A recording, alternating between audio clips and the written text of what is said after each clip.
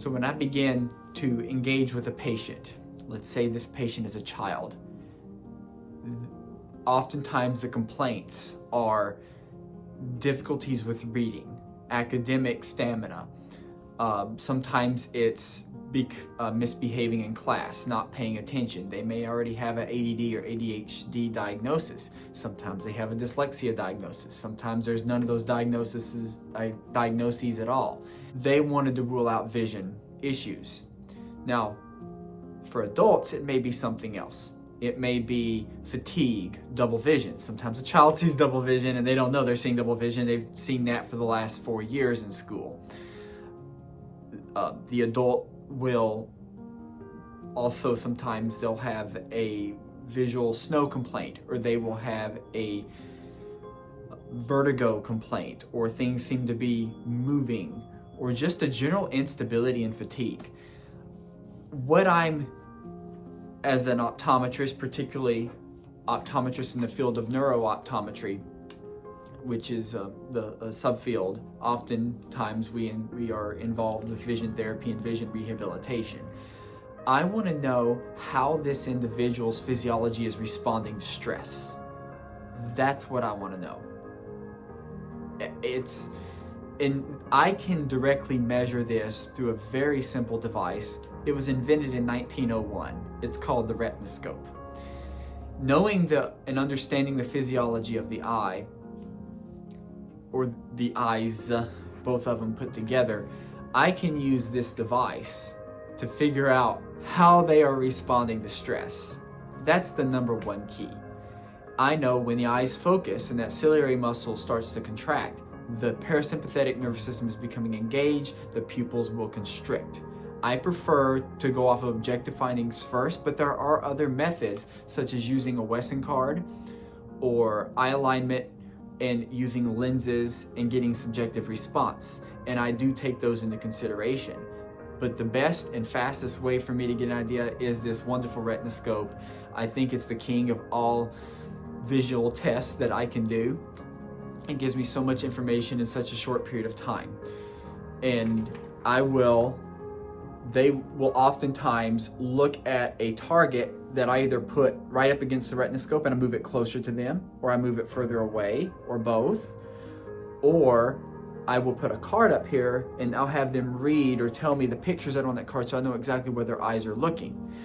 And I will slowly move this back and forth so I can get an idea of where their eyes are focusing.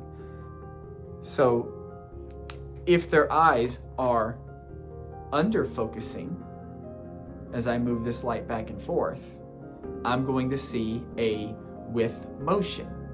I want to see a little bit of with motion. That means they are not putting all the power they have into that parasympathetic adaptative stress response stage where they're building high resistance to the stressor or the stimulus, that is the change of environment.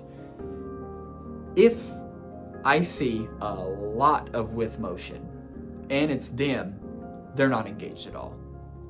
They are what I would call in a flight response to this particular stressor. If I see a little bit of against motion, I pretty much understand, okay, they're putting all they have into this. Their child can't read. And I'm over here having a book, they're reading the words off the book, and I see all this with motion, against motion going on. Their eyes are focused closer than that book. They're putting all that they have in there. The energy is going into doing the visual task. Where's the energy they have left to actually spend time reading to learn when they're still in that stage of seeing to read? Of course, they're not going to be able to pay attention to their school material for very long.